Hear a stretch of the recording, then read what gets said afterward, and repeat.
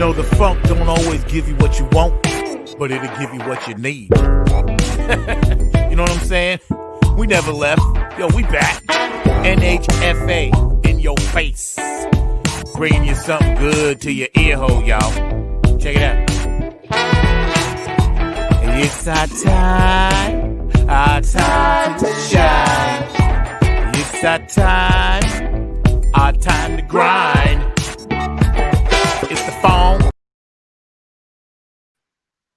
What's up? What's up? Funk from the front seat. Welcome to all the funky fans all around the world. Have we got a treat for you this weekend?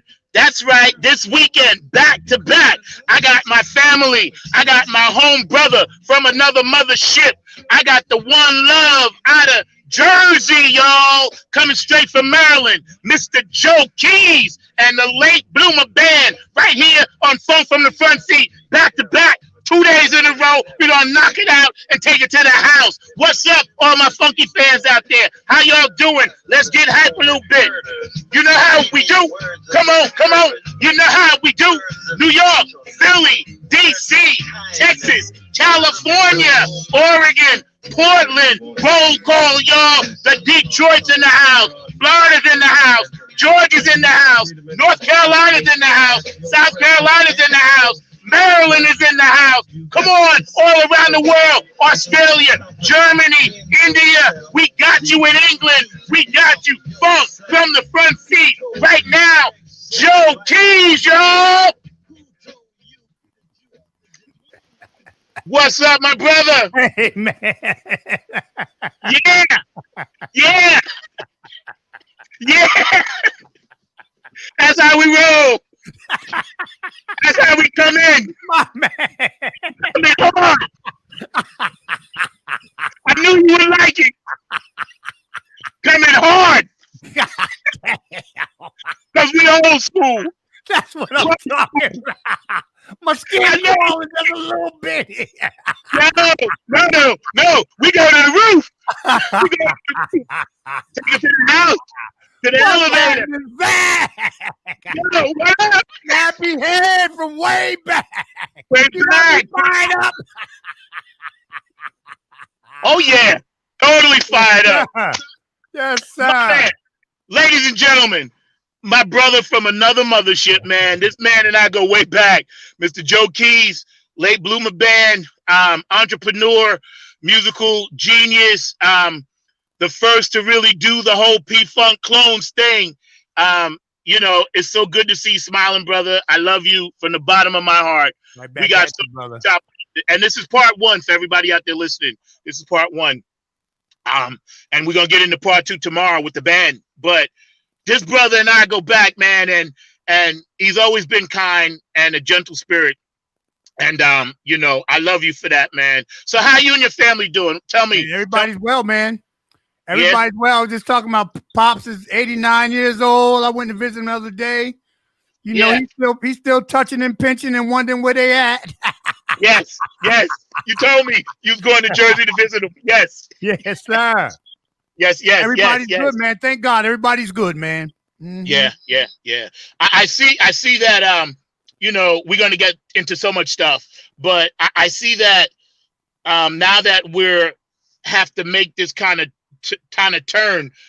You know, Otis Hawk was saying, you know, reboot, turn to the side and kind of go in another direction with this virtual thing. You know, I'm proud to be honored to have you on and your band tomorrow for the first time going virtual live. I know it's going to be so tight. And believe me, Funk Music with Zack tomorrow is so proud. You know, just like I am Funk from the Front Seat to have you today on IBM.TV, brother. Glad to be here, my man. So before the show, myself and thank you, Mark, my producer, Mark Lee, today, we were talking about Gil Scott-Heron, and I didn't want to jump ahead, but I just have to a little bit. Your relationship as Gil Scott being a mentor to you. Tell us a little bit about that. Well, man, listen, when I was a kid, everybody, you know, the college circuit was the happening circuit when I was coming up. Yeah. And we had Rutgers and Livingston College in New Brunswick, which my sister went to Livingston, God rest her soul. And my hometown mentor, who actually turned me on to Gil Scott-Heron, his name is Gerard Tag Mays. God bless him as also. He's in a nursing home now. But yes, sir. And I would go. I would always would listen to records. I was like a DJ when I was 5 years old. Wow. And I was always attracted to the flip side music or the people who had something to say. I like the love songs for the pickup thing, for picking up the girls and stuff. The love songs. Yeah. You know what I'm saying? But outside of that, I really wanted to hear people who had something to say. So, there was, I had already come up through Malcolm and Martin and Huey and all these strong figures, the Last Poets, all these strong figures. Oh yeah. And I went to Livingston at 12 years old to hear Gil Scott-Heron. Right. And it changed my whole life, man. I wanted to be like him. I got his records right away. The first two records had just come out. The Bottle album hadn't come out yet. And I started learning that stuff, man. And he spoke to me. Some of his pain spoke to me, and I grew to be a lot like him, and I was on my way through that same. It worried my parents that I liked Gil so much because they saw that I was following that path. And his music just touched me, man. And and I was always that kid who wound up backstage. So I wound up meeting him, and he was always astonished at how much I knew his music, and I was so young. Yeah. He was always like, "Well, you know that stuff." There's actually a story of a night here in D.C. years later. One of my first true Gil Scott-Heron experiences, where he didn't show up to one of his shows. And I took my mom to this show. My mom was still living at the time. I took my mom, my sister, to Blues Alley in Washington, D.C. And Ron Holloway, the saxophone player, was doing the show. And he was playing a bunch of jazz standards and stuff, trying to keep the crowd going, I guess, hoping Gil would show up, but he was out with a bad toothache is what they said. Right. And, so finally, Ron Holloway says, well, I guess we should play a little bit of Gil since since you guys are here. And my mother stood up and says, don't play no Gil. Gil ain't here. You're doing fine. You don't have no singer. And Ron says, well, ma'am, because my mother was kind of being like a hacker. What do they call him? A heckler. Like Heckler. She was heckling a little bit. Yeah, right. So he was like, well, do you sing? He kind of got on her. She was like, no, but my son know all of it. Right. I was like, Mommy, shut up, sit down, Right. Homeboy was like, yo, do you know the songs? I'm like, well, actually, yeah, I do. Bro, I got up there with Gil Scott-Heron's band. And wow. Yes, sir. No rehearsal, no nothing. I did 3 numbers, man, and turned that shit out, man. Wow. Gil heard about it. Next time he saw me, he's like, Gil had a little arrogance about it, like, so it was you, huh? Like, yeah, right. He was like, well, if anybody could do it, and it was just an honor, because he was like, well, I know you know it, so I know who my substitute is now. He was teasing, I know who my substitute is now. Next time I have a toothache, I'll give you a call, that kind of stuff. So, so off and on, man, and then I got a chance to be good friends with his daughter. Off and on, I was actually able to call Gil when I was going through my struggles. I was actually able to call him and talk to him about some of the stuff I was going through, and all kind of stuff, man. It was beautiful, man. Yeah, we're gonna get into that a little bit later. Mad shouts out to David Brooks. He told me to tell you hello, Joe. Yes, as you see me, I'll let you know people popping we all on the met around the same time. Yep. Dr. Brookenstein. And as people pop on, I'll just let you know, man. He wants to know, what song did you do?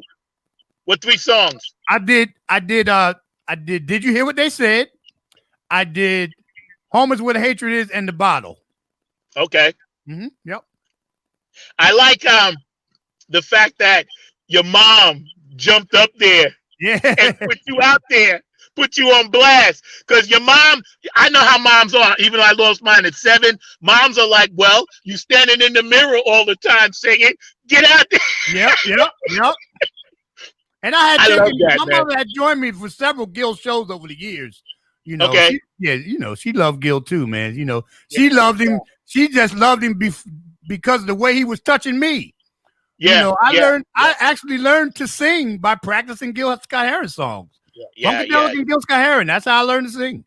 Yeah, Gil was deep. When I didn't know about him until I heard, and it's funny because I had heard the bottle, but what attracted me to the bottle, because I grew up around alcoholics, was the lyrics, right? And I remember being about 13 or 14, and I listened to the lyrics, and the lyrics had really hit my household hard because I grew up in not my dad, that's but what other Gil's lyrics did. It hit the household.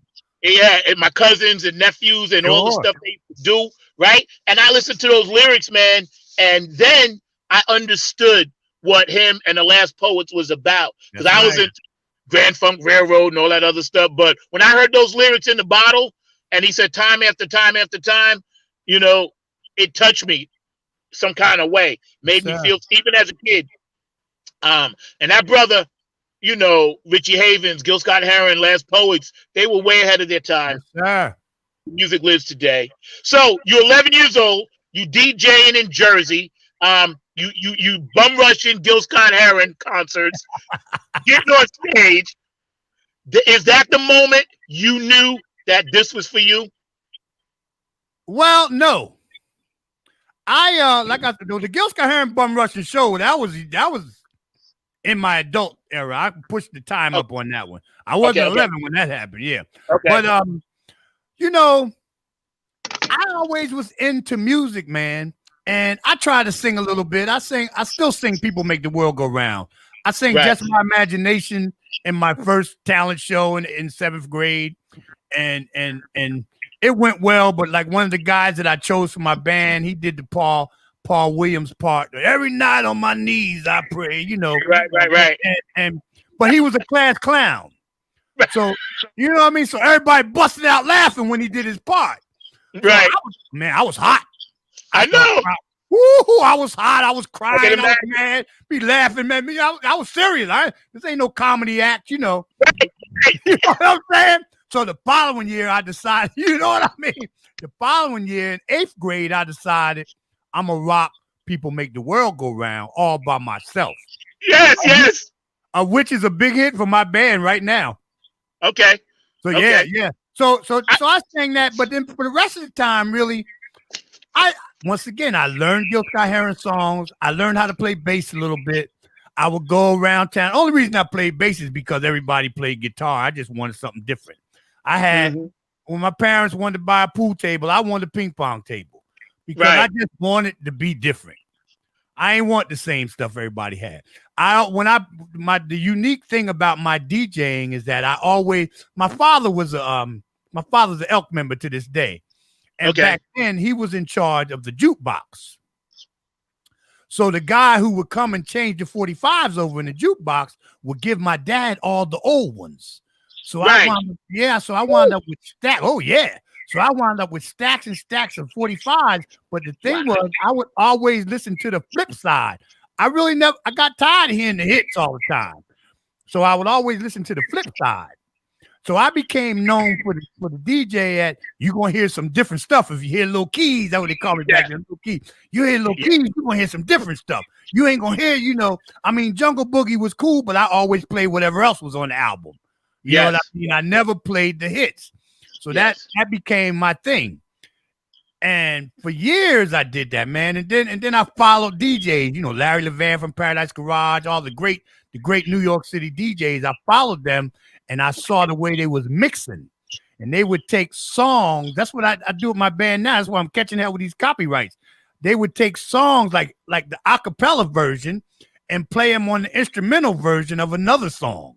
Yeah, yes. So that's how the mixing was back in the day. So I learned to do that. So let me tell you.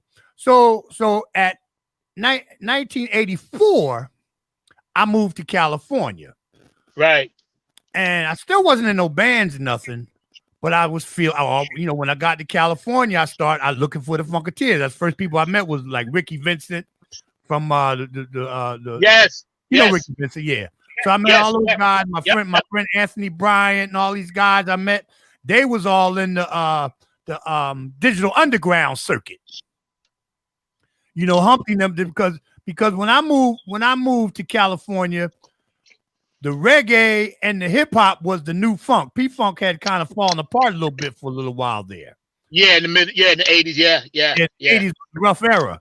They were still recording, but it wasn't a lot of live stuff going on. Especially, you can catch them in New York here and there, but in California, it was a long time before they came out and played.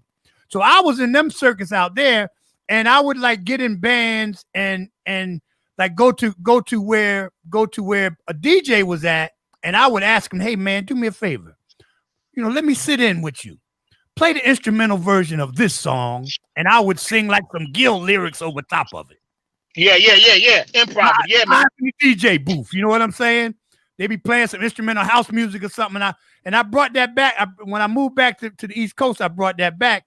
We put a thing together called Invisible Network News. Mm-hmm. Friend of mine, we call him DJ Mr. P. Mr. P had a DJ gig at a club called Off Broadway in Long Branch, New Jersey. Right. Sir, yes, sir. And I would go there, get high in a mug, and sing over top of his instrumental records. And it became a thing. We had a little hit. I used to sing Sun Ra lyrics, stuff nobody heard. So most people thought they was originals. A lot of people think a lot of stuff I'm doing now is originals because it's deep cuts. You know what I'm saying? Yeah. So that's really where it took off when I started singing over those beats like that. Yeah. My first true band, honestly, that I ever joined was Clones of Funk. Okay. You know what? I was going to say, you brought up, and I'll get back to you in a second with that, but you brought up something interesting. Sun Ra. I always was into them because I knew they were space children. But there's some there's some deep brothers, man. And when you said that your creativity was allowing you to do this thing over other songs, right? That's a big part of who you are and who you were. It's almost like the man I know, you was destined to do that anyway and start that thing, because that thing that you just said you do that better than most when it comes to that. And that's the essence of what the creator probably had in store for you, because the music catches people this way, your lyrics and presence, just you being Joe Keys, catches people that way. And I think that's why you're such a universal spirit when it comes to spreading your love and peace through this music thing, because you speak from a lot of personal experiences. You were raised to have an open mind, coming from, the jurors is what we heard, you know what I'm saying? So you was right there in the middle when it all blew up and started.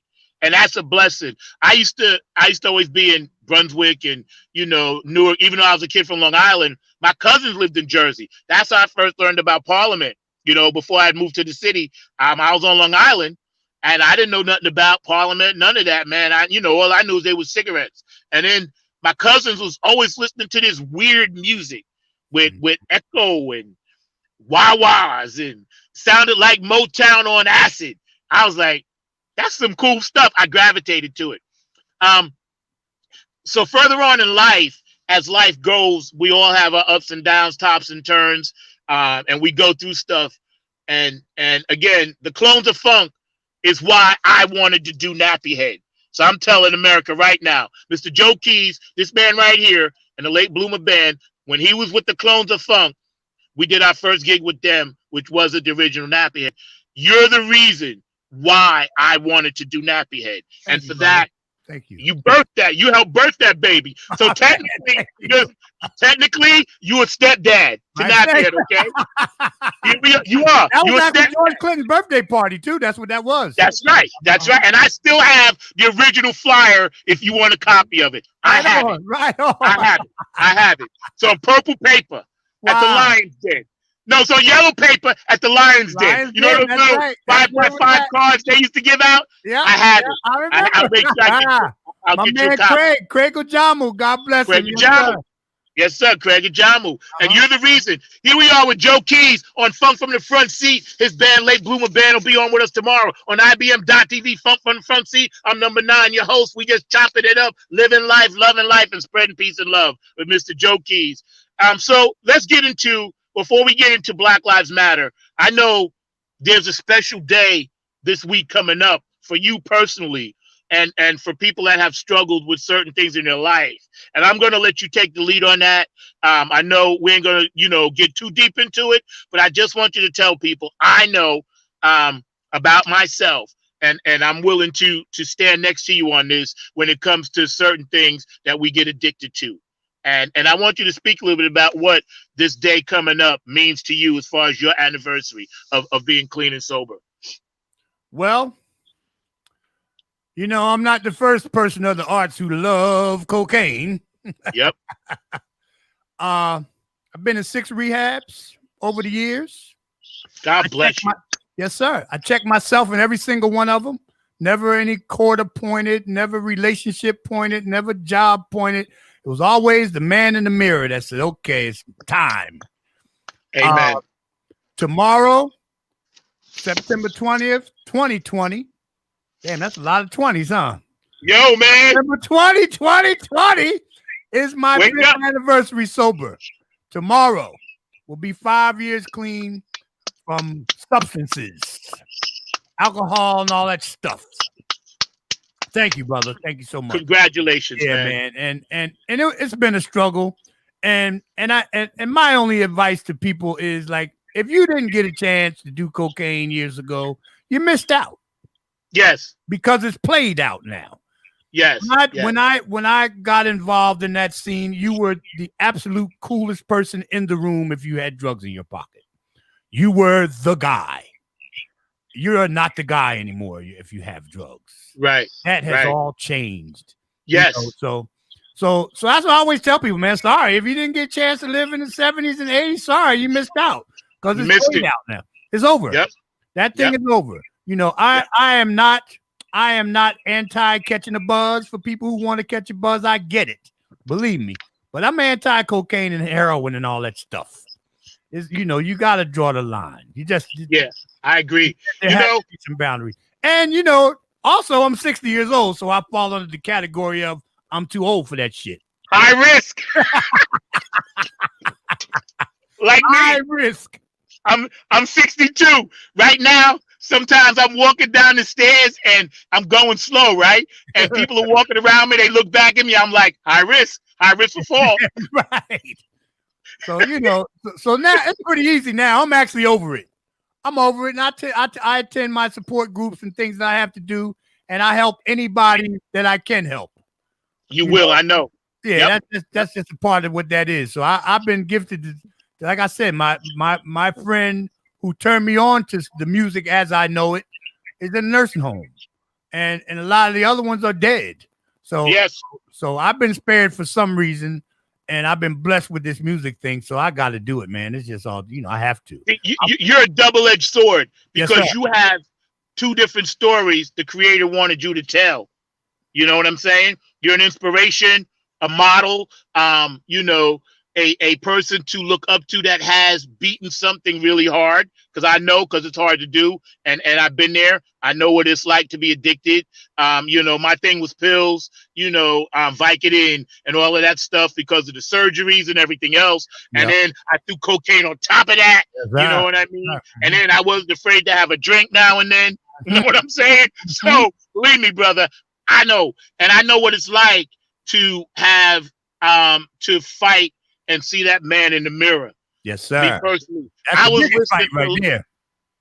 was listening to Larry Graham Mirror album. Yes, sir. I looked in the mirror and saw something I did not recognize. Hey, listen, and man, I had Miles Davis tell me in his horn. Yes. I tried to put Miles on thinking I could get away, and I heard Miles tell me there's no getting away. Yes, that's right. That's what I heard. Yep. I don't know what he was playing, but I know what I heard. Right. I love it. I know what my interpretation of it was. There you go. That's what's up. Mr. Joe Keys right now, man, hanging out with us on Funk from the Front Seat. We just getting into it. He's going to be here all weekend long. He's been nice enough to give us some time so we can get into a lot of things. And you have a lot of people commenting, man, telling you congratulations, thumbs up, and all that good stuff, man. And if anybody deserves everything good that's coming, it's you. because you do so much good with your music, man. So let's get into, you know, you was into Bob Marley a little bit. You got into this thing, and I thought it was just me. And when I met you, I knew we connected. You actually tear up on stage sometimes. I do the same. Tell me about when that funk spirit hits you like that. Tell me about that. Man, you know, I ain't afraid of no ghosts.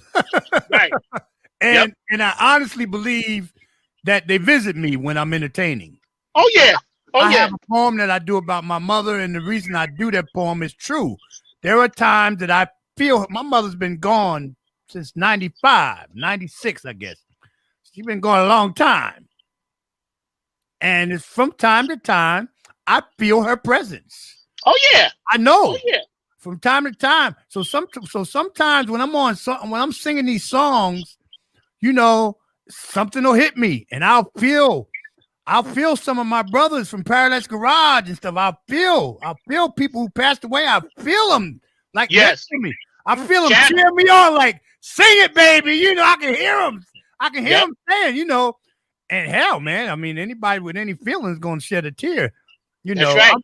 I ain't that macho man like that I ain't afraid to cry or nothing. You know, I try to hide it a little bit. My dad, he walked out the church at his mother's funeral. He cried at his wife's funeral, my mother's funeral. But we come from the macho man era. You know, we are pre-Dr. Phil. Yes, right. You know, before all of that. That's right. Before all that, it wasn't cool to be crying and stuff. Yep. But a lot of my mentors did. The first couple times I saw Eddie Hazel as a kid at Rutgers College, I saw him playing very emotional on stage. And it just hit me like, wow, this is what this is for. Yes, that's right. That's right. I believe in God, but not for any religious purposes at all. Same. I'm sure I believe in God, absolutely. But I believe in God because of my own personal experience, and I feel something godly going on. I don't believe in it. I mean, the stuff I read in books and all, everybody else's experience is fine. But my personal experience is the reason I truly believe. Yo, please say that again, because that is so deep. For real. Because people going to miss that. Say it again for them. Listen, man, I do not believe in God because of any kind of religion. I don't knock religion. That's fine. If that's where you get that from, that's fine. But I believe in it because of my personal experience. Thank you. I know there is an outside force that's running things for me because I feel it. I feel something supernatural happening around me sometimes. Sometimes I don't, but a lot of times I do. So I know there's something going on. I don't know what the hell it is, but I know it's something. It's something. It's something. Yeah. And you know, you're right, because the energy that it takes to just perform, and not saying that we're special or better or anything, but just perform and open up your raw soul to the public.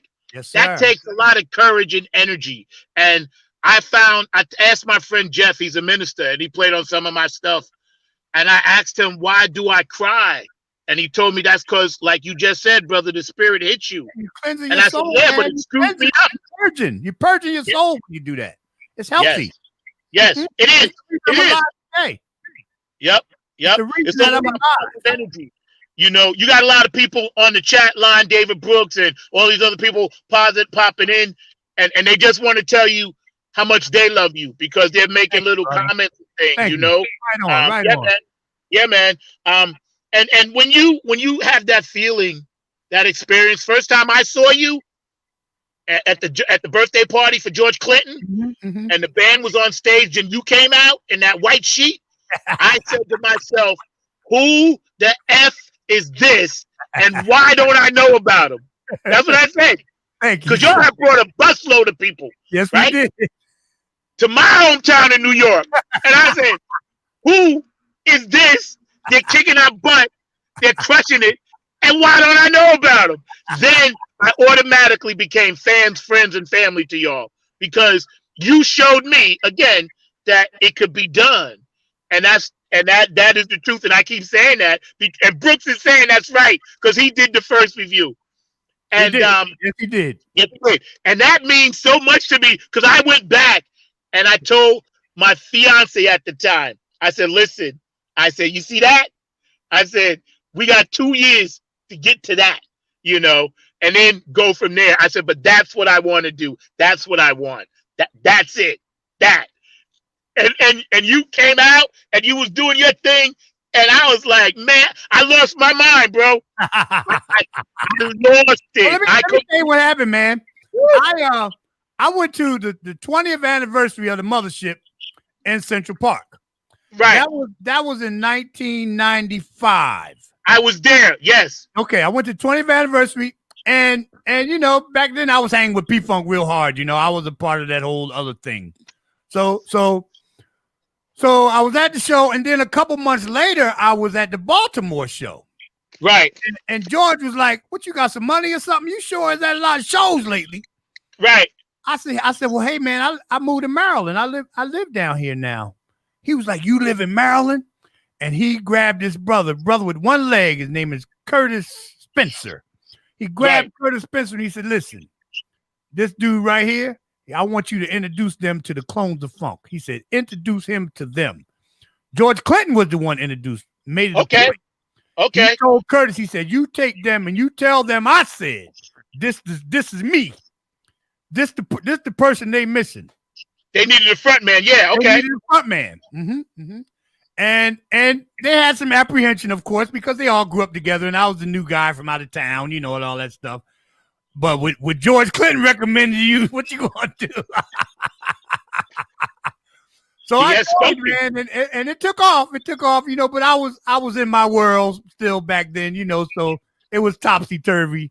There were times that I made some really bad mistakes with that band, I did the same. You live and you learn. Yeah, but exactly. The thing is, I tell people, how many things have to go right for you and I to be sitting talking today? Oh man, ain't it beautiful? Yes, sir.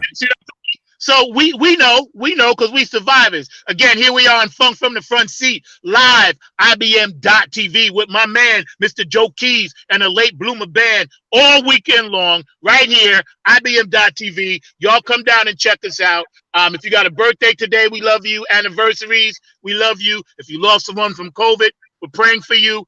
Obviously, we're praying for our brothers and sisters in California with the fires, and down south in the southern part of the region, Texas, with the floods, and the murders and the rapes and all the good stuff. Joe, I gotta ask you, with everything, this ball of confusion, as the Temptation said, so I'm way ahead of its time, right? No doubt. No doubt. Yeah. But Black Lives Matter. I know that's something near and dear. We stay in touch on Facebook. You're like me. You only touch on the positive, which is why I love you so much, because we know the negative already. We know the elephant in the room already. We know the narrative. We see with our own eyes. You know what I'm saying? And I was fortunate to have Vanessa Bartholomew on a week and a half after George Floyd, and she's up in the Prince camp up in Minneapolis. And her and I were talking, and got emotional because it was raw, And it seems that we're at a crossroads. And I'm not saying this has got nothing to do with white people or murders. I just need black people to stop killing black people first. Yeah, well, good luck with that. Can we do that? Come on. Man, I think we've come a long way. Me too. I really do, as a people and everything. Yep, me too. It's like the young man sitting in, my friend Marshall here, band members sitting over there behind the scenes, and he gets really emotional about all these issues. But it's that media thing, man, they got us messed up. Yes, they do. They just got us messed up, bro. Black Lives Matter is a very positive movement, but they're going to do anything they possibly can to make it ugly. They did the same thing with the Black Panthers. They did this. That's what it is. The Black Panthers was one of the most positive movements ever come through the community. Amen. They turned that thing around. The media turned that thing around and made them so ugly, man. It was crazy, and they did it on purpose. They have a way of doing that. The CIA and all these people, they have a way of going, oh my God. That's why they kill. That's why I'm call me a conspiracy theorist, call me what you want. Our leaders get killed. Yep. Bob Marley was killed. This is what I think. Yep. They say, "Oh God, he's too Messiah-like. We got to take him out." Hell, Yep. they took the big man out. Anybody who resembles Jesus, I'll say it. Anybody who resembles in Jesus gotta go. Gotta go. That's right. From So, Prince. Prince, exactly. They take him out. Michael Jackson. They take him, Mike. They take him out, man, and that's what they do. So those of us who are fortunate enough to know better are gonna be okay. Yes. I'm gonna be okay. You're going to be okay. My friend Marshall, he's going to be okay. It's the cats who don't have good sense. There are people who just don't have the sense enough to be okay and who fall victim to all this media mess and all that stuff. It's real easy to do. It's easy to think Black Lives Matter is some kind of a horrible movement. It ain't no horrible movement, man. Not at all. It's a beautiful thing. And sure, a couple knuckleheads get in from time to time, but guess what? The man got his way of pushing them knuckleheads to infiltrate the whole thing. Yes, that's right. It ain't Black Lives Matter who's down there burning up goddamn buildings. It's some Klansmen's cousins they send in there, send them a couple dollars. Hey, man, go burn that building. You make 30 grand real quick. I mean, they're diabolical, man. That system. They are. They're diabolical, brother. So it's a beautiful movement. What I'm not necessarily so much on the front line. I've been on the front line all my life. Yeah, we have. That's right. We have been. That's right. All my life. I've been down with the last poets and Malcolm and all these people all my life. My mother called me the militant midget long before Michael on Good Times was the militant midget. I was the little midget, the little guy in town with the Black Power sign up playing the last poet songs when I was 11, 12 years old. And people like, that kid's going to be trouble. No, he ain't going to be trouble. He's gonna get some truth out there. When I'm not a Muslim, but I read the Final Call. You know what I'm saying? Yep. I appreciate the brothers. I saw more junkies get clean through Elijah Muhammad than any rehab I've ever seen. That's right. That's right. Any rehab. But sure, the brother had a lot of kids, whatever. So they find that stuff and they tear you apart. That's just what they do. Yep. As a kid, when I started following Malcolm, my own relatives was like, "Hey, you better leave that alone." Because don't you mess with that. Don't you mess with him. Same. Don't you mess with him. Why?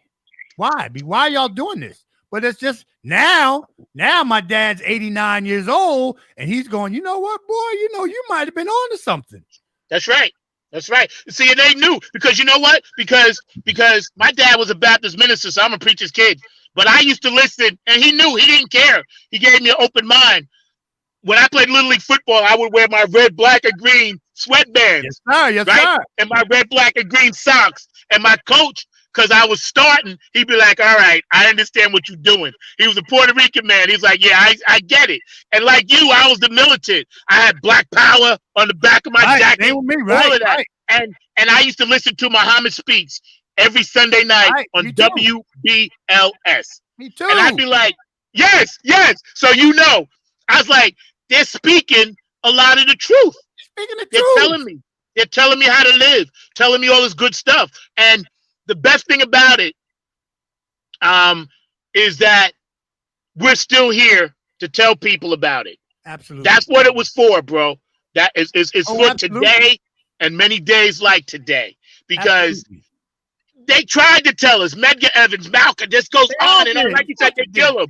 Bobby Kennedy, they kill him. Woodstock, which I was going to ask you about. They saw that. Yes, they saw that and said, we can't have that. Can't have Woodstocks. Peace and love. I can't. People getting along. Hey, listen, man. Don't get me started. Okay, I'm going to get started. Every time there's peace and love, here come the man. I remember when Paradise Garage was just a gay club. Then all of a sudden, it was people wanted to dance. So people start going to the gay clubs to dance because that's where the funky music was at. Right. So people stop tripping and people start going, okay, it ain't cool to be a homophobe. This ain't cool. So people start loving each other and not tripping on what your sexual preference was and none of that stuff.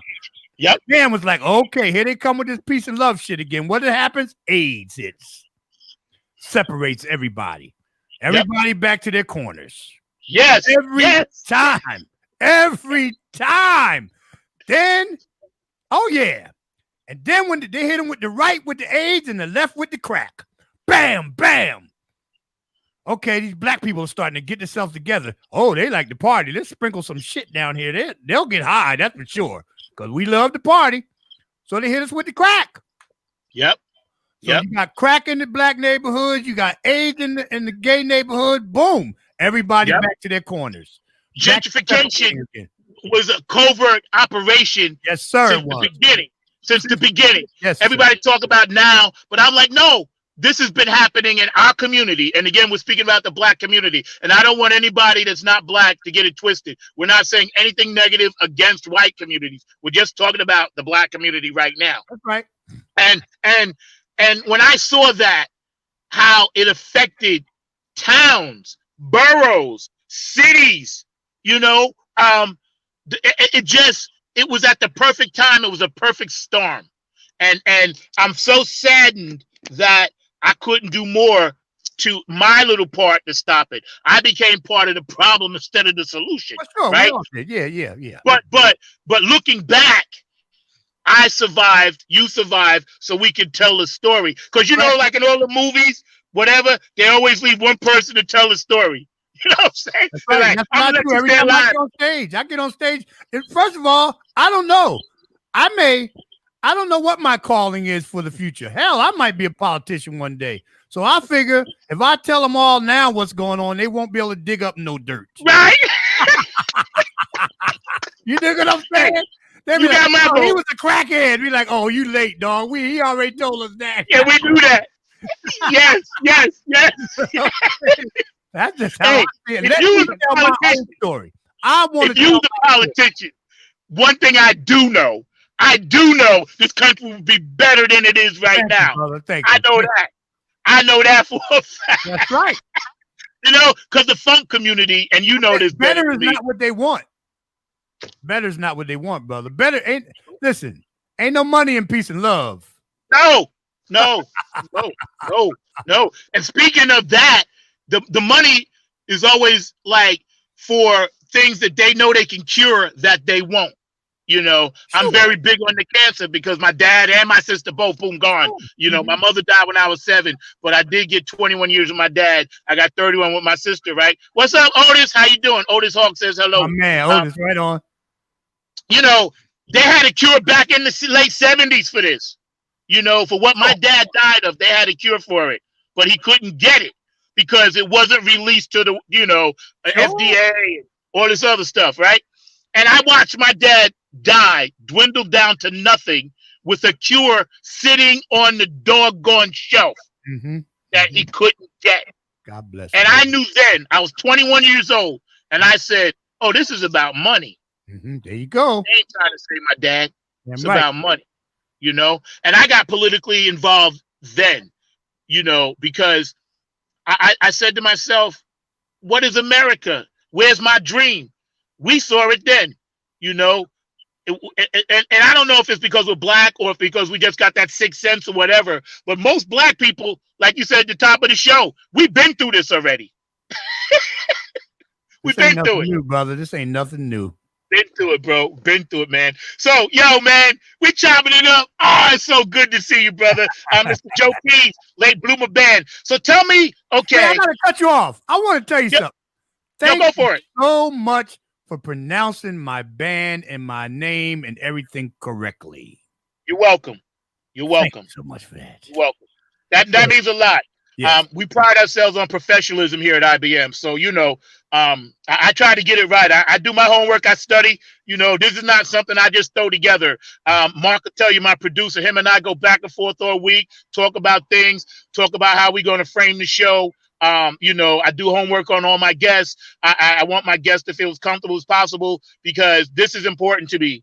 And, we are trying to do something different here. So thank you. I appreciate that, bro. That means a lot to me. Now you formed this band in 2009, right? After the Clones of Funk, you did all of that. What made you get back out there and want to do something else with a lot of cats that were a little bit younger than you? Because I know I saw that in your bio. Older guys are really hard-headed and stuck in their ways. Good. Thank you for saying that. That's true. I can give you a long answer or a short answer. Short answer. I love it because it's true. They stuck in their ways, man, and they just ain't. I don't know, man. I'm a lot. I'm 6'5". You know what I'm saying? I'm a lot. I'm loud. I'm proud.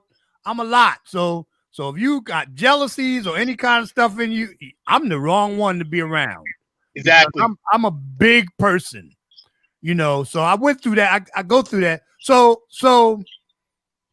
something happened where somebody, I forgot who it was, actually mentioned to me, you know, you might want to get you some young folks, man. This area I moved to, man, when I first put this band together, man, my band was all white Jews. And who would have thought? I went to this jam session. Actually, I went to this they have another P-Funk band down here called Let the Monkey Go.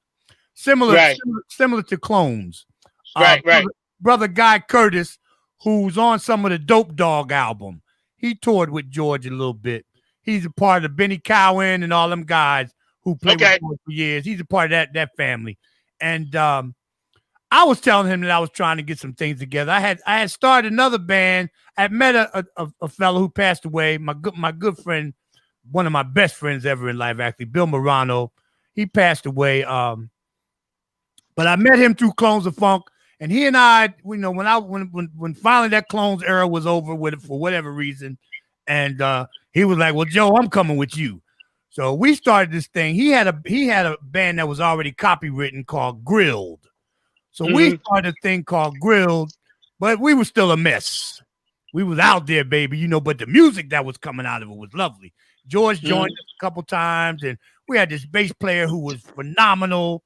And, you know, but we just couldn't get it off the ground because, you know, for abuse reasons, you know. And finally, Guy Curtis says to me, "Man, you know, you need to come to this jam session we having with Let the Monkey Go." And I meet this young man there. He's like, "Joe, there go your drummer over there. That's who you need." He's a white kid, young. His name's Dave Cavalier. And I introduced myself to him, and he invites me to this jam session that he's throwing every Tuesday at this club called Micho's, right outside here in town. Number young kids, young college kids.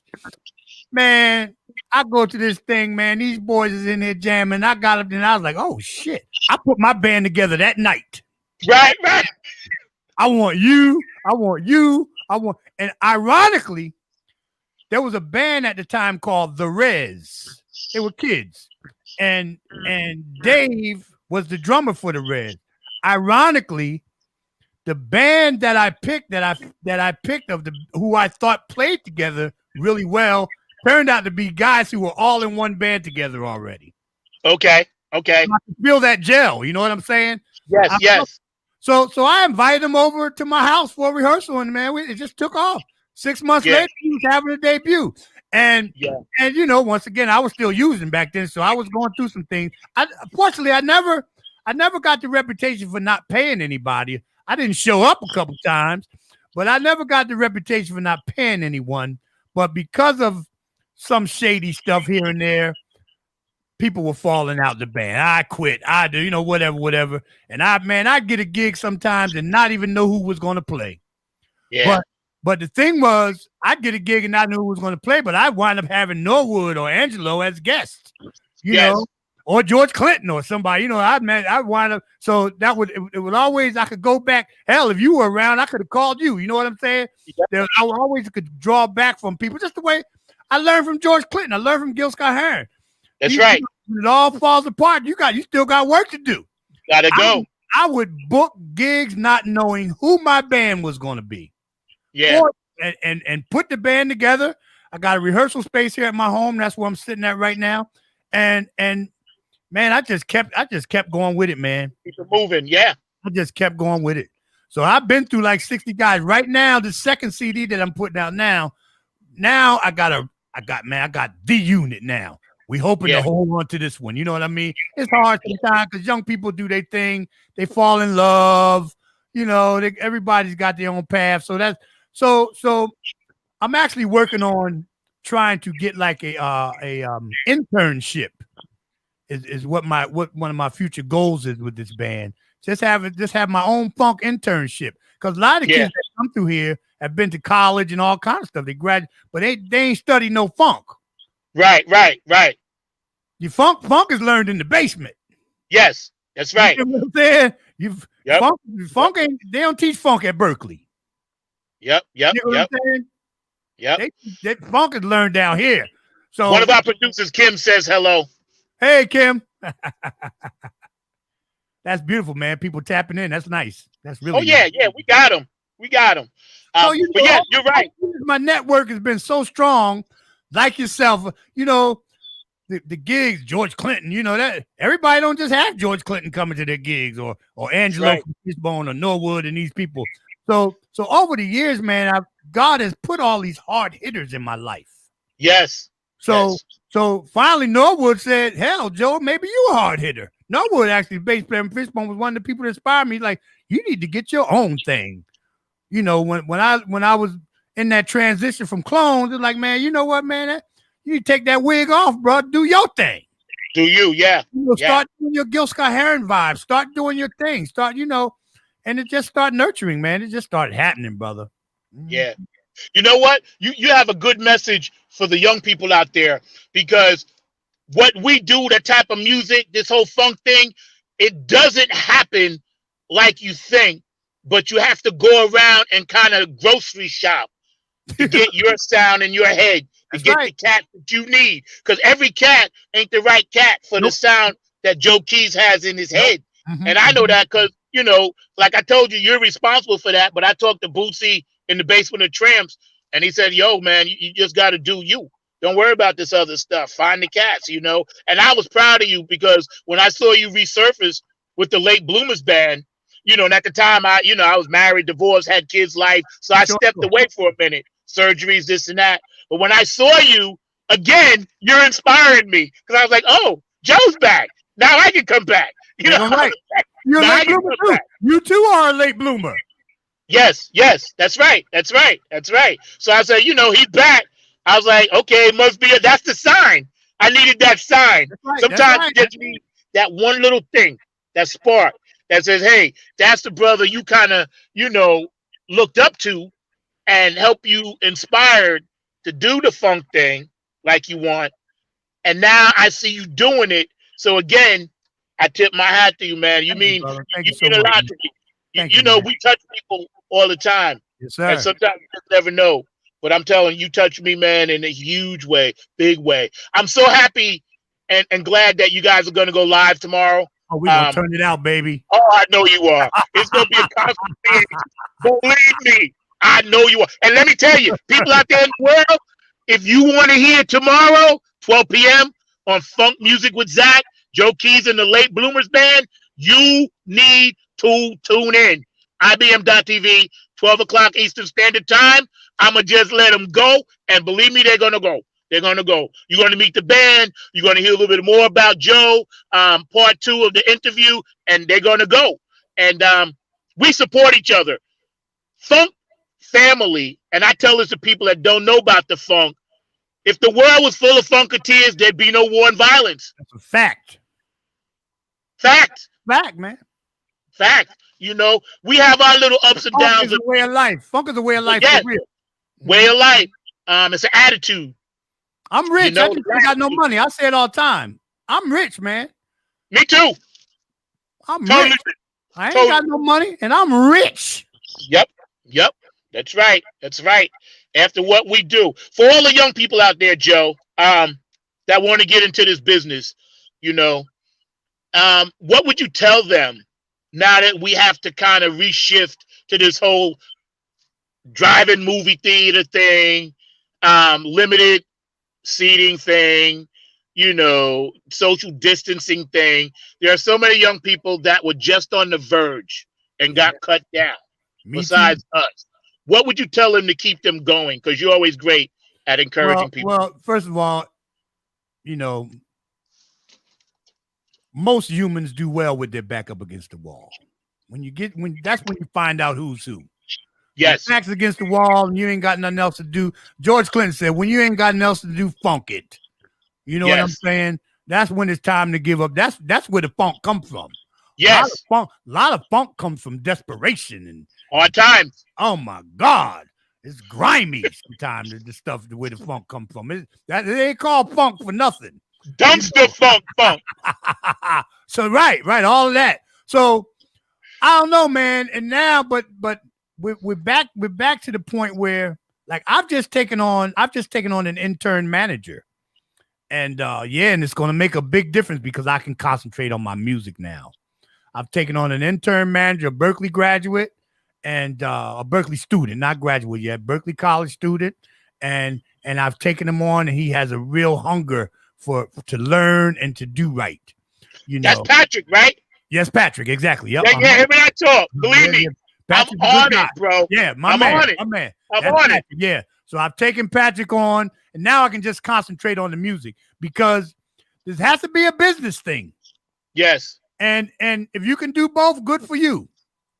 You know, but I got the music. So as far as I know, especially funk comes from here. This is the school right here where I'm sitting at. Yes. But business comes from the real schools. You got to learn that business thing. I got some business savvy, but I don't really have the business education.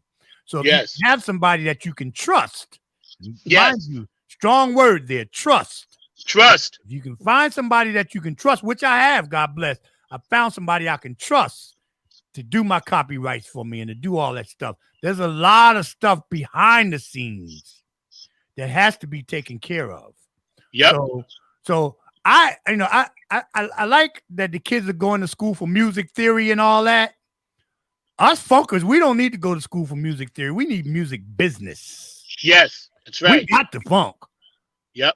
We I know kids who can't even read and write, bro. Grown men who can't read and write. And wear that college student out on the guitar. Oh yeah. You know what I'm saying? Wear him out. Yeah. But the college man is who wear that ass out, dog. Ain't never read a book in his life. Don't know no notes or nothing. Yeah.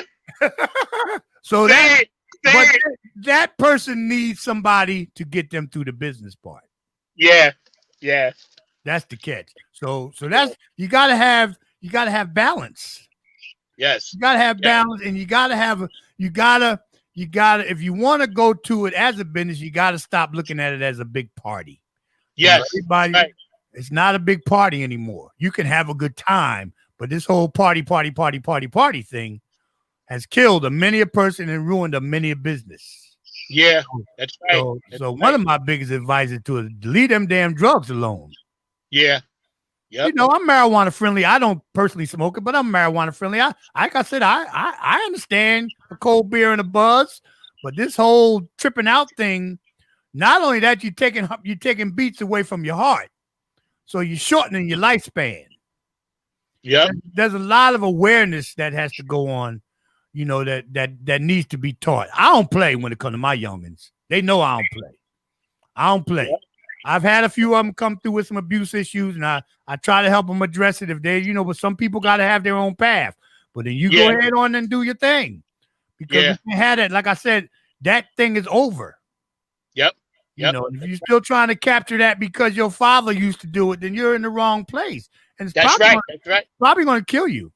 Yep. That's right. Somebody suggested, Kim was saying, you know, we should look into opening up a funk business school, you know, which is something we can think about, you know, because experience is the best teacher. But like he said, you need to dot them I's and cross them T's. That's right. To get that publishing money. That's right. That's something I found out.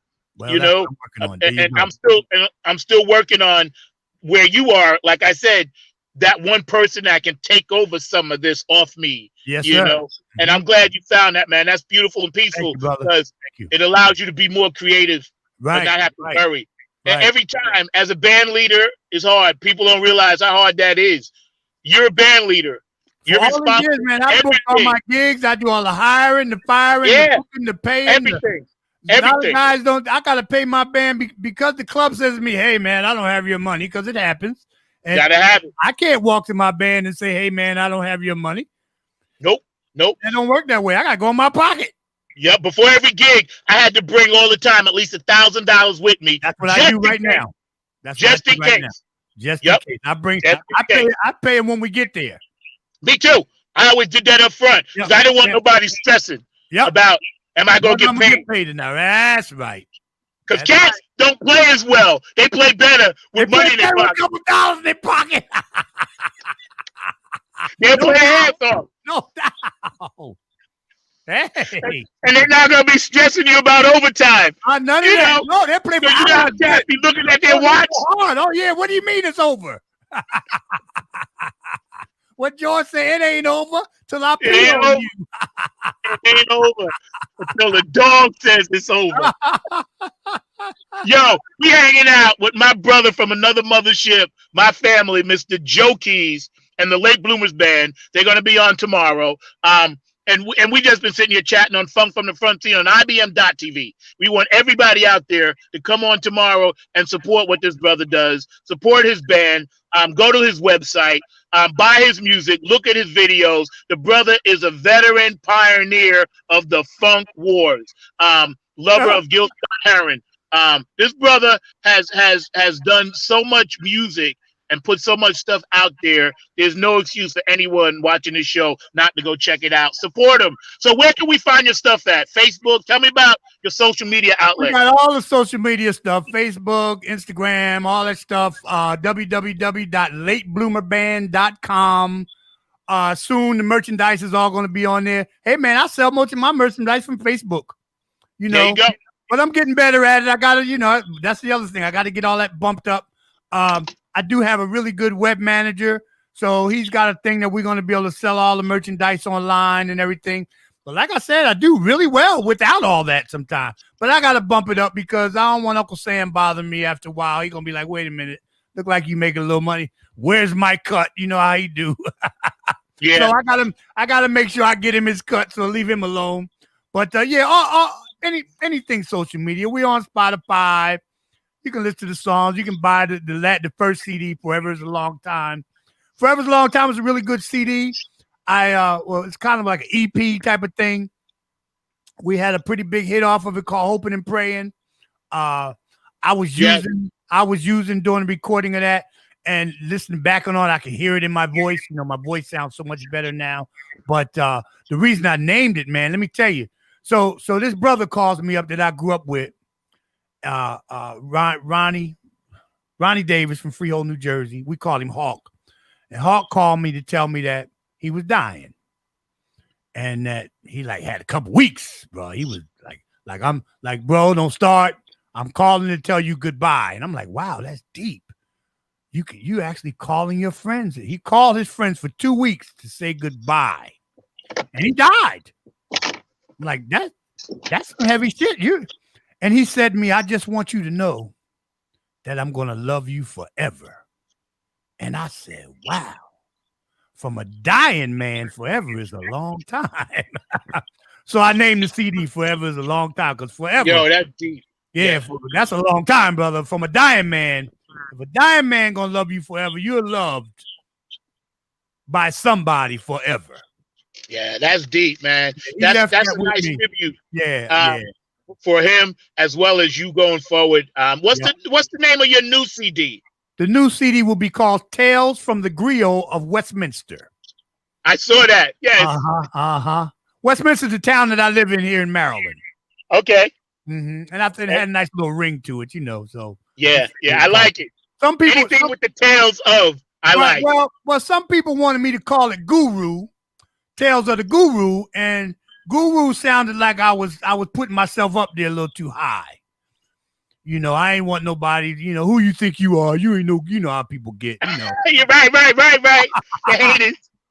So Griot is an African storyteller, so that made it a little bit easier. But Guru was putting me up there with some, with Jesus or somebody. So I had to tone it down a little bit. You know what I mean? Yeah. That's what we went to. And Westminster I've been here for 17 years, man. This town has really, man, this is one of the home of the Klan, this town that I live in.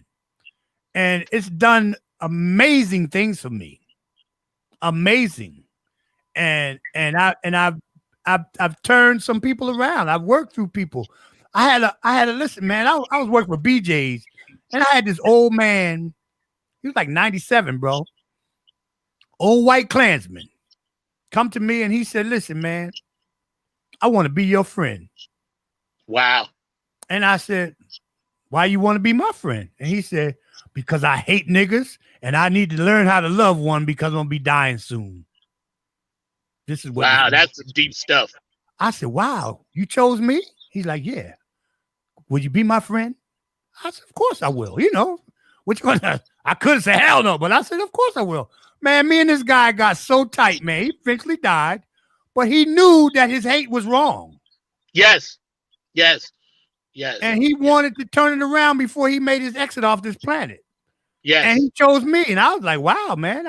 Some people, when I tell that story, they say, "Man, you should have slapped that old crack in the face or whatever." But no, he chose me, man. I was honored, man. And I tell you, one time we were playing cards, having coffee on my break at the job, and he would pass off. We were playing spade. He would pass off, and he used the N-word on me.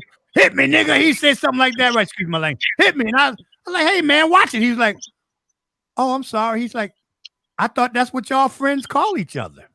Right. And I was like, "Damn, you can't do that." But he was right. He's like, "But I'm your friend. Can't I call you what your friends call you?" He didn't understand that boundary. He thought he was trying to get in as being more friendly. Yes. You know, so he was really trying, actually. You know what I'm saying?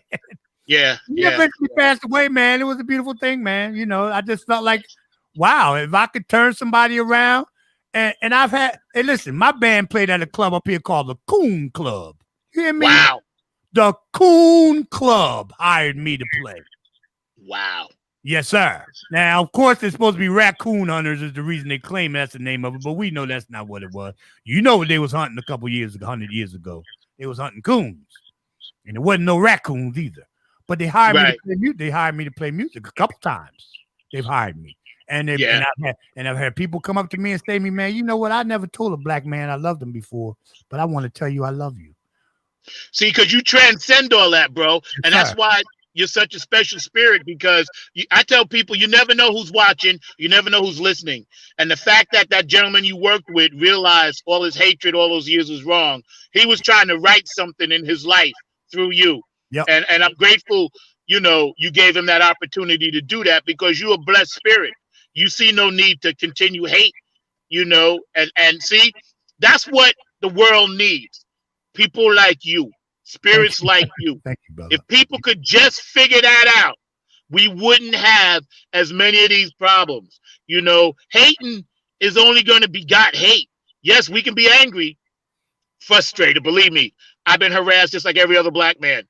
I hate so many things, but I can't turn around and turn that hate onto others.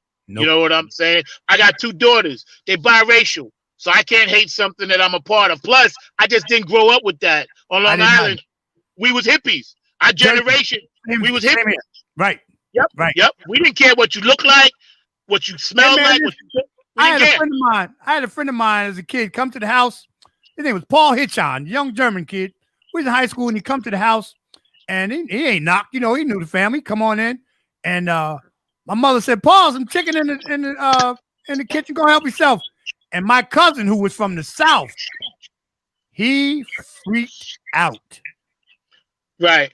Aunt Jerry let that white boy come in here without knocking on the door, and he went in the kitchen and helped himself to some food. Yes. That was something unheard of where he was from. Yes. Yes. Yep. And my mother was from there as well. My mother said that the reason that my mother was probably a racist, but she made sure her children were not. Yes, yes. Same with my dad. Yeah. He wasn't a racist, but he knew.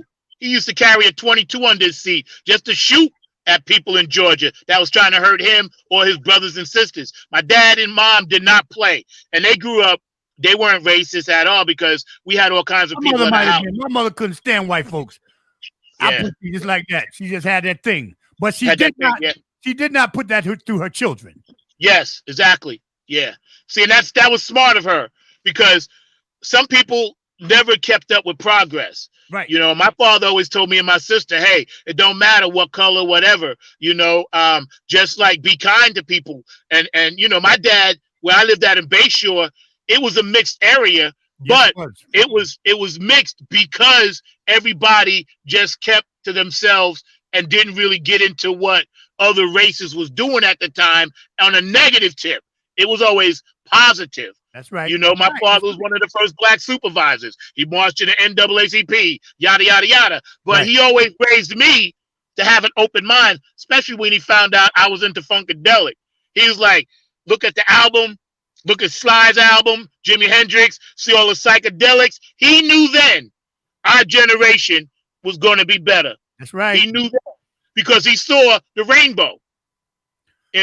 People in P-Funk say that about my band now. They say, you remind me of Sly, man, because my band's so mixed. Yes. Yep. You like the new Sly Stone, man. I hear that from a lot of people. Mm-hmm. Yep. So, yo, we get ready to get out of here in a minute. Again, you'll be back tomorrow with us. First of all, Joe Keys and the Late Bloomer Band. If you don't know who they are, you now know. Check them out. They've been around since 2009. This is my brother and family from another mother. I love this man.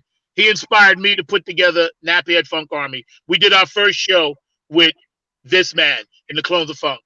And tomorrow, your band's going to come on. Y'all going to take it to the roof. I know. I won't sleep tonight because I'll be waiting. And we're so grateful to have you on IBM.TV. We thank you from the bottom of our heart. One parting shot or one parting word until tomorrow, a word of wisdom to anyone today that feels some kind of way about the pain. Don't forget to take a deep breath. Seriously. Inhale, exhale. He who fights and runs away lives to see another day. And that is Bob Marley. You know, it just ain't as deep as we think it is, man. Yeah. It's just not. It's just not. There's a master plan, and I too have to watch allowing the media to brainwash me. Yep. There's this thing called peace and love, man, that's so easy. It's easy. And that's what human beings are meant to be. And if you believe in God, you got to know that other joker exists too. So there is, if you believe in good, you have to know that evil. And evil wants to win. Yes. Good is pretty chill, but evil, he be trying to get in there. Yep. So you know you have to have your radar up for that kind of stuff, man. Yep. You know, the yin and the yang. The yin and the yang. And if you like drugs, I understand, but understand they're not healthy for you. They're not good. That's right. They're just not good, man. Yep. Just not good. Mm-hmm. Yo, man, you've been a great guest. I can't wait until tomorrow. Again, Joe Keys and the Late Bloomer Band. Here we are on Funk from the Front Seat. You know, there you go. One of the best things about this show that I do for them, I get a chance to see my friends and my family. Absolutely. All my Funketeers. Because a lot of people down south here, they ain't know nothing about me. They had no idea what I was about. They had no idea who I knew. I kept it humble because there's no reason to talk about this and that. Now people see on the show, they're like, oh, he knows this one, he knows that one, he knows this and that. Only that's because that's what we do. We stay humble. We keep it real. We support each other in the funk. The funk family is the best family besides my own that I've ever been in. Absolutely. That's my extended family. That's what it is. That's it. That's it. One Funketeer loves another Funketeer, and on it goes. I'll be honest with you. My extended family might be a little closer to him in my blood family sometimes, to be quite honest with you. Yeah, I'm the same way. I'm the same way. I can call up a Funketeer anytime. You know? I don't have any children. I have no biological children. I don't have any brothers. I don't have any brothers. And I really just got tight with my dad, you know, for whatever reason. We really just got real fly. So my funk family is who I always had to turn to for all kinds. Yeah, that's right. That's right. Thank God we always there. We always been there for each other. And every time I had to reach out to you, you always reach back. Absolutely. And that meant a lot to me. You know, I had my dark days not too many years ago. And I was like, man, I'm just watching. I was like, okay, it's going to come. But when is it going to come? You know how you get impatient. You know, you get patient. I'm an Aries. I got very little patience, but I've had to learn, live and learn, Again, Mr. Joe Keys, Late Bloomer Band tomorrow on Funk Music with Zach. Our special guest today has been Mr. Joe Keys, part 1. We love you. We're going to see you later, bro. Thank you for spending time with us on IBM.TV. Thank you so much. I'll see you tomorrow. I can't wait. We're going to give it up. Thank you. God bless, man. I'll catch you later, brother. All right. Peace. Man. Love you, bro. Love you too, brother. All right, man. My producer today has been Mr. Mark Lee. I want to thank all the people that tuned in around the world, checking us out. What we've been doing here at IBM.TV on Funk from the Front Seat. We've been promoting everything funk, and right now I'm going to have Mark pull up, this video that we've been putting out for Bootsy Collins because he's got his birthday bash coming up, so we're going to play that at the end of the show. Just for all my Funketeers, instead of our normal get down music and get out, we're going to run that. So Joe, sit back, relax, and enjoy. I love you, man, and I'll be calling you later on. Right on. All right, Mark, where you at, bro? Mr. Mark Lee in the house. I love Mark. Mark knows. He's producing 2 shows at once now.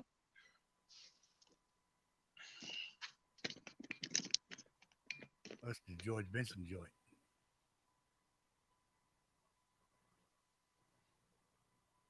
Now, how come we're not hearing it? You don't know. Yeah.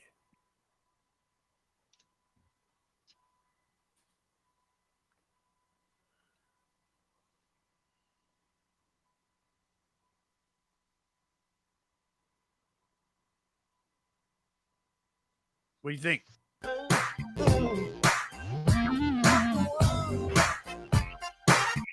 Fit it between that little space that you got, which is 1, 1. And then you would try to fit your different notes and felt in between it, like, and that's the funk, and you can change that. And that's the funk. And you can change that.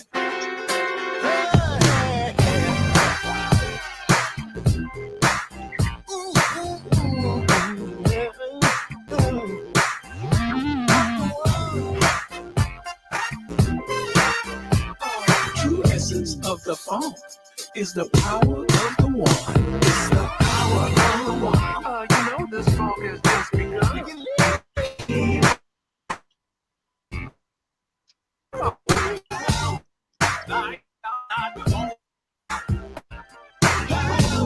But I need the funk, baby.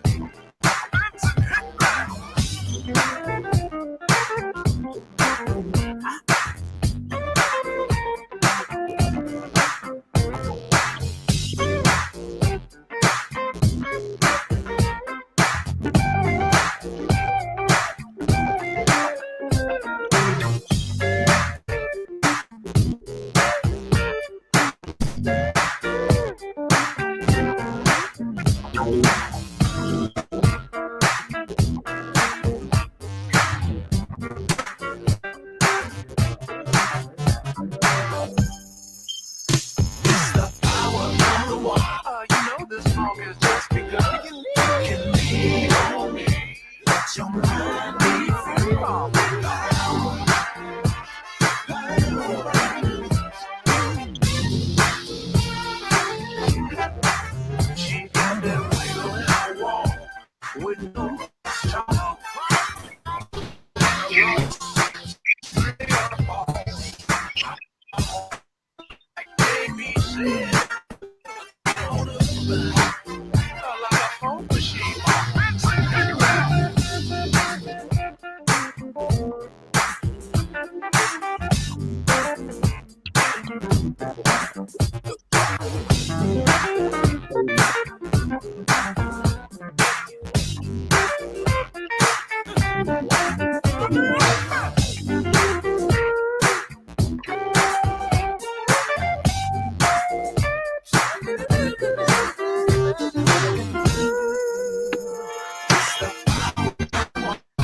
know this funk has just begun. You can leave let your mind be free. Don't stop the funk won't be. You know the essence of the funk. The essence of the funk is the power of the word.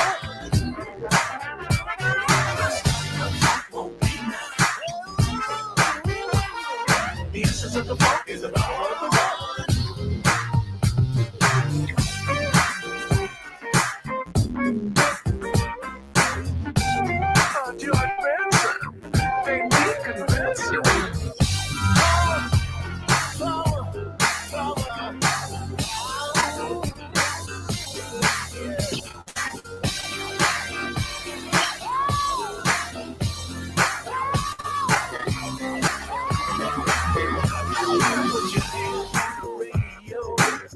And let the vibes flow through. It ain't too many things that the funk can do. Never underestimate the power of the one. Just do what you do. The power of the one. You know this song has just begun. You can leave only. Let your mind. Oh, we talking on a roll. The essence of the funk is the power of the word. How many of you must feel like you like this is jug all right now? Get the body bumping, funk it don't stop, gotta keep it going all night long. That's not to smash, but the roof down off this mother. Party up, y'all, to the bar, to the gutter, to the loop, this baby mama. To feast you give the power of the one. What I think power. Oh, you give me power, baby.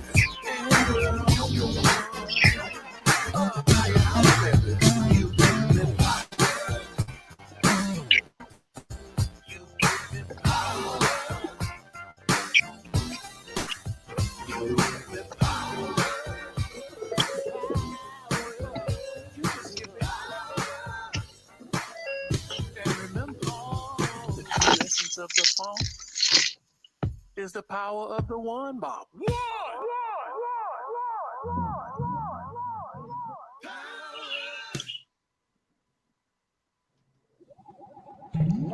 Power of the one, y'all.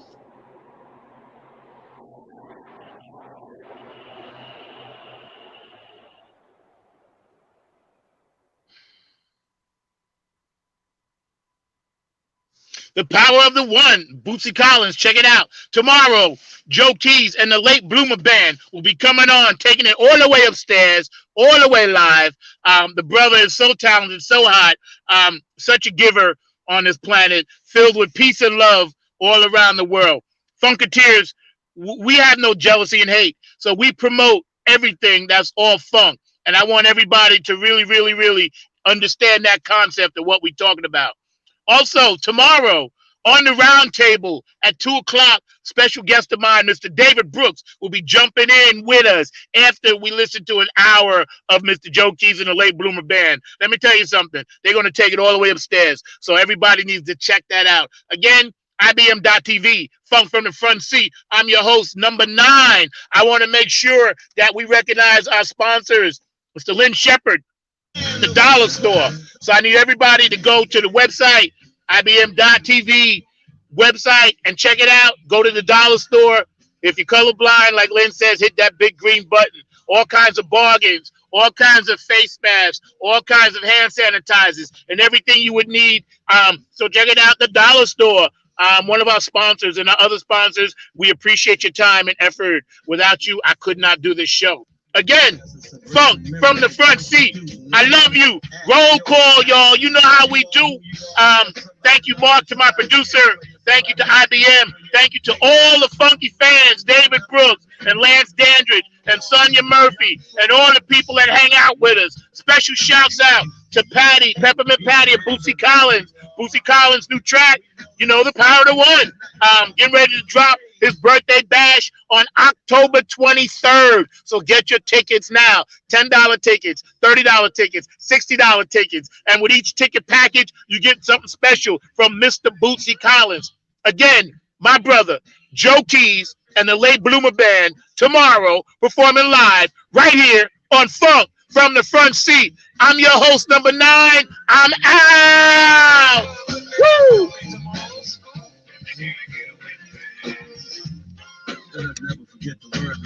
Y'all know how we do up in the seat, y'all. Up in the front seat. Let us understand the words of James Baldwin when he said, love forces us to take off. I love y'all in Maryland, Virginia, North Carolina, South Carolina, Georgia's in the house, Florida's in the hit house, Texas, Philly Phil, what's up? Man, shouts out to P-Funk Radio, Keith Jackson, JTRP, Honeybee, we love you. Gabe Gonzalez, Wednesday nights, we love you. My man, Funkston Jones, ha, ha, ha. We love you, brother. Sonia Murphy, we love you. Ah, yeah, Robin, I see you out there. We love you, Robin. Ah, my Funketeers. George Clinton, I need you to get in touch with me. I want to interview you on your show. All right? Hit me up. Funk from the front seat, y'all. You know how it goes. Nothing but a party right here. California, we love you. We know you're dealing with a lot up in Portland, up in that Washington area with the fires. Know that we care about you. We love you. If you got a loved one who has been stricken by COVID, if you got a loved one who is feeling bad about some kind of situation economically, know that we all going through it. Know that we all got to help each other. If you lost someone, know that we care and we appreciate you. If you're being abused any kind of way, if you're a woman, know that we care. If you have somebody in your family that tells you they want to hurt themselves, know that we care. Don't hurt yourself. Call one of us at IBM.TV. We care about suicide prevention. We care about people being bullied. As Patty would say, blow the whistle on bullying. Patty Collins would tell us that. Blow the whistle. Don't let people cyberbully you. Don't let people bully your kids. Be a kind soul. Be a kindred spirit to someone else. Reach down and help someone else. Pull someone else up. Get off the corner. Stop killing each other over something that's not even yours, all right? And we can defeat this thing called racism in a couple of generations. We really can, but we need to let people know racism ain't cool. That's all it is. Racism ain't cool. It used to be a cool thing. Now it's not. It never really was, you know? Being who you are, being special. Doesn't matter if you're gay, straight, doesn't matter. Be proud of yourself. Know that I love you. Know that I'm going to fight for you. Whatever it takes, we gonna do. What's up, Mark? You were rocking it big time. You know, I'm feeling double duty doing 2 shows at the same time. But definitely you were rocking it and all of that. So definitely Joe was just amazing. Y'all were speaking so much truth that I really enjoyed it and all of that. So definitely it was just great hearing that truth that y'all were speaking. And we get ready to wrap this bad boy up. But I can't wait to hear the band tomorrow afternoon. So I know they're going to rock it because he was just speaking all kinds of truth. And I was just being able to relate to him big time. Yeah, it's going to be hot. It's going to be hot. The best thing about it is that we got them back to back. So you know how we roll. I'm out, y'all. Woo! Right now, it is indeed my funk pleasure to introduce to you from the silver screen. Yes, another smoking show, and that's going to wrap it up. So like I said, Zach is out of here, but he will be back tomorrow with Funk Music with Zach. So we will catch him tomorrow at noon, but another smoking show. Yeah. Knowledge about how I got